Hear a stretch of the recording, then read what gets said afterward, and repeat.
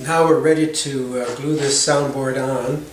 You notice I put some tape on it so that I can position it and hold it in place once I spread the glue here. So before I do this, I'm going to just check my joints and make sure they're pretty level. And this one here has a bit of a ridge. These aren't too bad here. So I'll use my sanding blocks for that leveling purpose. See, we've got it nice and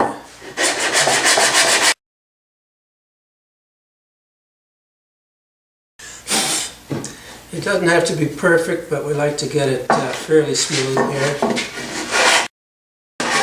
Main thing is to keep it flat, and that's why a sanding block is so helpful, because you're laying it across a wide area and you're much more likely to keep parts flat.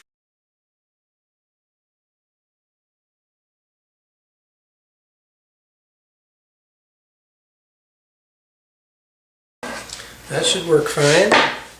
So now we'll spread some glue. Stop on either side of the center here, because remember we have that notch. Leave it like that. Okay, and then remember this part goes inside.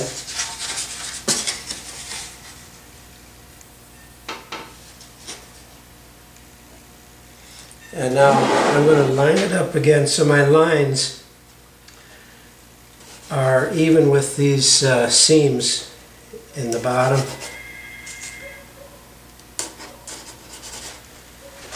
And at the top.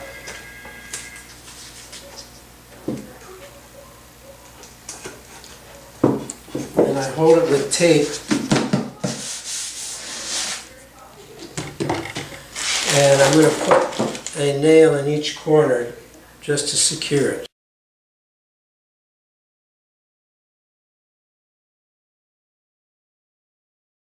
Okay, then I'm just going to follow these pencil lines and put a nail every inch or so.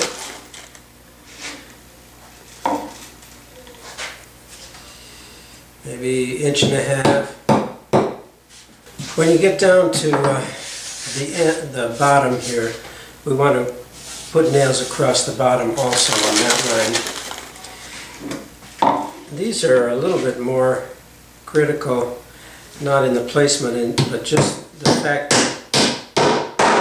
that they add some strength to the box.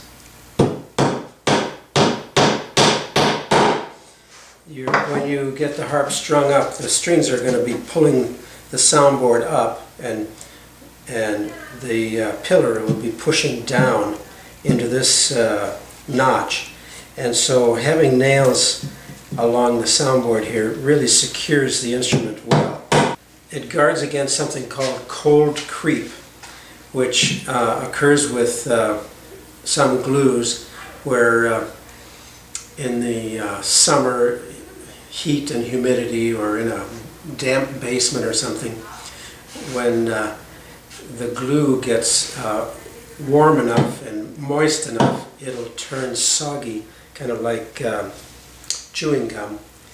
And because there's constant tension on the instrument, parts can get pulled apart just slightly when the glue softens. So adding these nails across the bottom prevents any movement at all, and so the cold creep never gets started.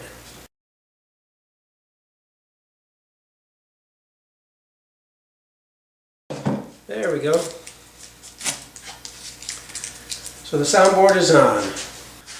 Now that the soundboard is on, we've got to trim it flush all the way around. There's excess soundboard all the way around, and that's where you'll really appreciate having a power tool. You could use a belt sander even, but this little random orbital sander with a coarse grit. I've got 60 grit paper on here. Goes pretty fast. And I've got about an 1/8 of an inch extra material hanging over here, so I'll just grind it away a little ways and show you.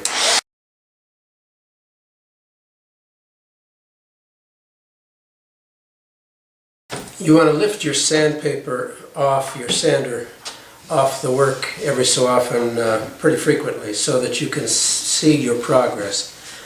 You don't want to end up gouging the whole harp with this. You just want to go down flush. Okay, now we've got the soundboard on, and I've gone ahead and put the back on also. Same way, put a few nails around it. They don't have to be so closely spaced now. You can be 1.5 2 inches apart, because there isn't as much tension on the back of the instrument. Now we can add the little scrap of soundboard that we had used before, and we're going to put it right in this gap here and make it level with the top of the bass. So we'll put a little glue there.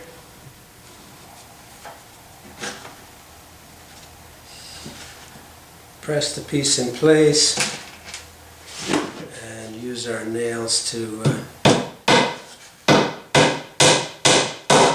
hold it there. Just a couple of nails is all that's needed. This is just here to fill a gap, because when we put trim across the bottom, we would bridge that gap, and so it's nice to have something underneath the trim. Okay, now that we have the flush trimming done on the soundboard in the back, we're going to get ready to glue the trim over the nails. But it's nice to be able to sand this flat surface before putting the trim on. When you drill these holes, you raise some grain and it gets a little fuzzy. And using a sanding block with about a 180 grit sandpaper works really well to smooth off this surface front and back, clean up any smudges or glue marks or spots or anything like that. Sometimes there's a little ink stain in the corner of this plywood, and you just sand that out. You might just double check to make sure your workbench is clean too. Take your rag and wipe it clean, just so you don't turn the harp over onto a dirty surface just after you've cleaned it. So I've rounded off these inside corners a little bit just to make them smooth. We're going to glue the trim pieces on just with masking tape. We're not going to use any nails or anything to put on. So I like to cut several pieces of masking tape and stick them to my workbench before I start, so that I'm not taking too long to fasten these things in place once I put the glue down. So I will take this bottom trim first. You want to put that one down first. Put one bead of glue along the line where you put your nails, and position this right up against the edge, flush with the bottom.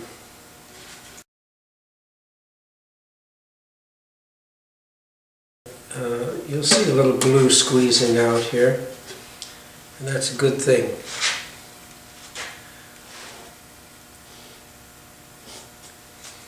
So once we have the bottom piece on, and then we can glue the two side pieces. Make sure you get them right side up so that the joint matches here.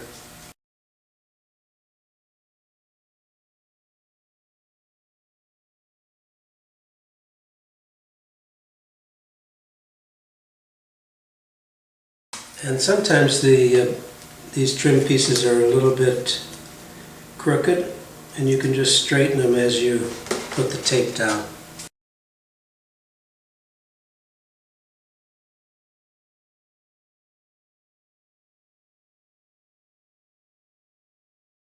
I put a piece every 3 inches or so. There, then we'll do the other side the same way. Well, the front trim goes on just the same. Glue and tape. Of course, I've sanded the inside corner here. The soundboard is longer than the back, so the parts don't overhang quite so much as on the back. We'll have to do a little more trimming on the back.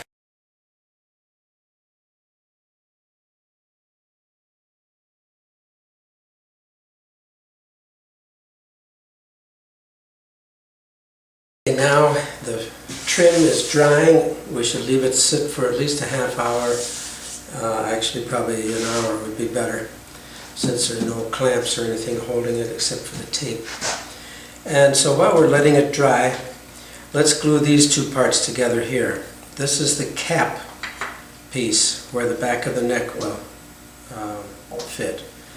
And we want it to look this way. The two mounting holes are on this side when these two holes are facing that direction.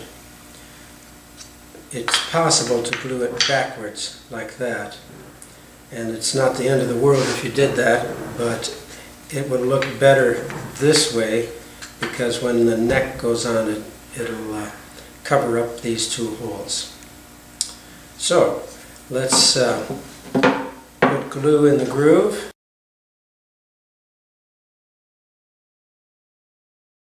We can just press them together and just leave them.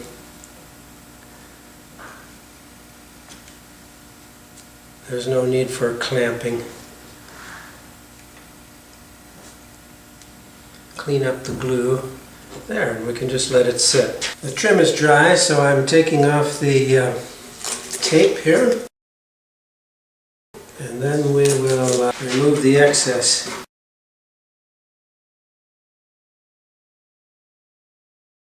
So on the back of the harp we have the biggest overhang.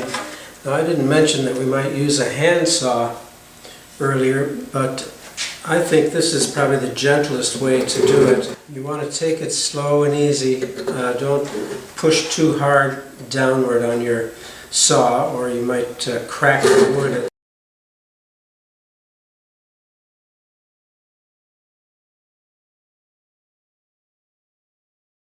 We're just getting very close.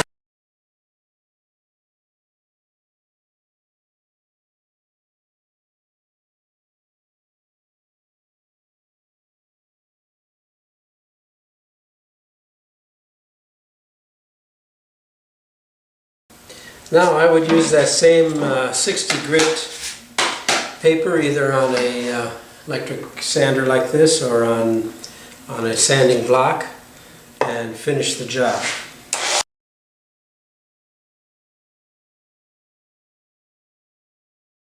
You can go all the way around the harp like that, making everything nice and flush.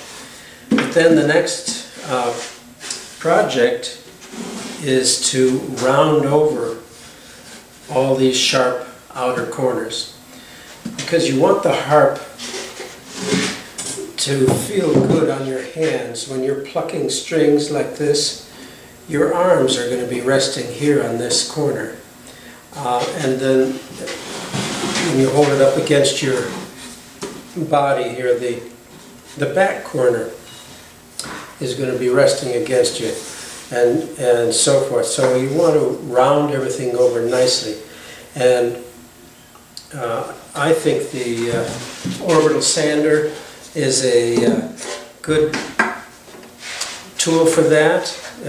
You just move it along like that with your 80 grit paper, and it makes a nice round over. You just work it down every long edge of the harp. You don't really need to round over the bottom so much. Could do just a little bit on the sides, I suppose, but it's really not all that necessary. Then at the other end, at the top, I'll put a little block underneath here. We want to create a very flat surface for us to glue this block to. So we can use a sanding block very carefully. We can use one of these very carefully, but you want to be cautious to hold it as flat as you can.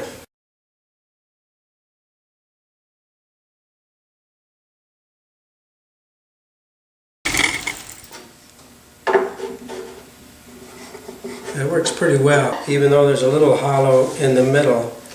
The sides are touching pretty well. So I'll probably scrub a little bit with my 80 grit block here like this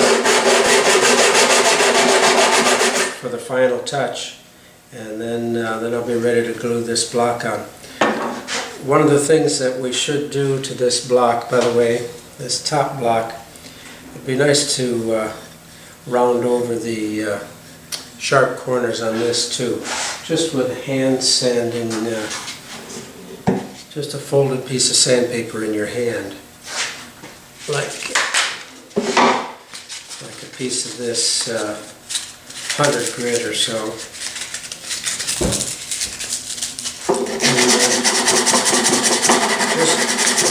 Just scrub it like that and round things over.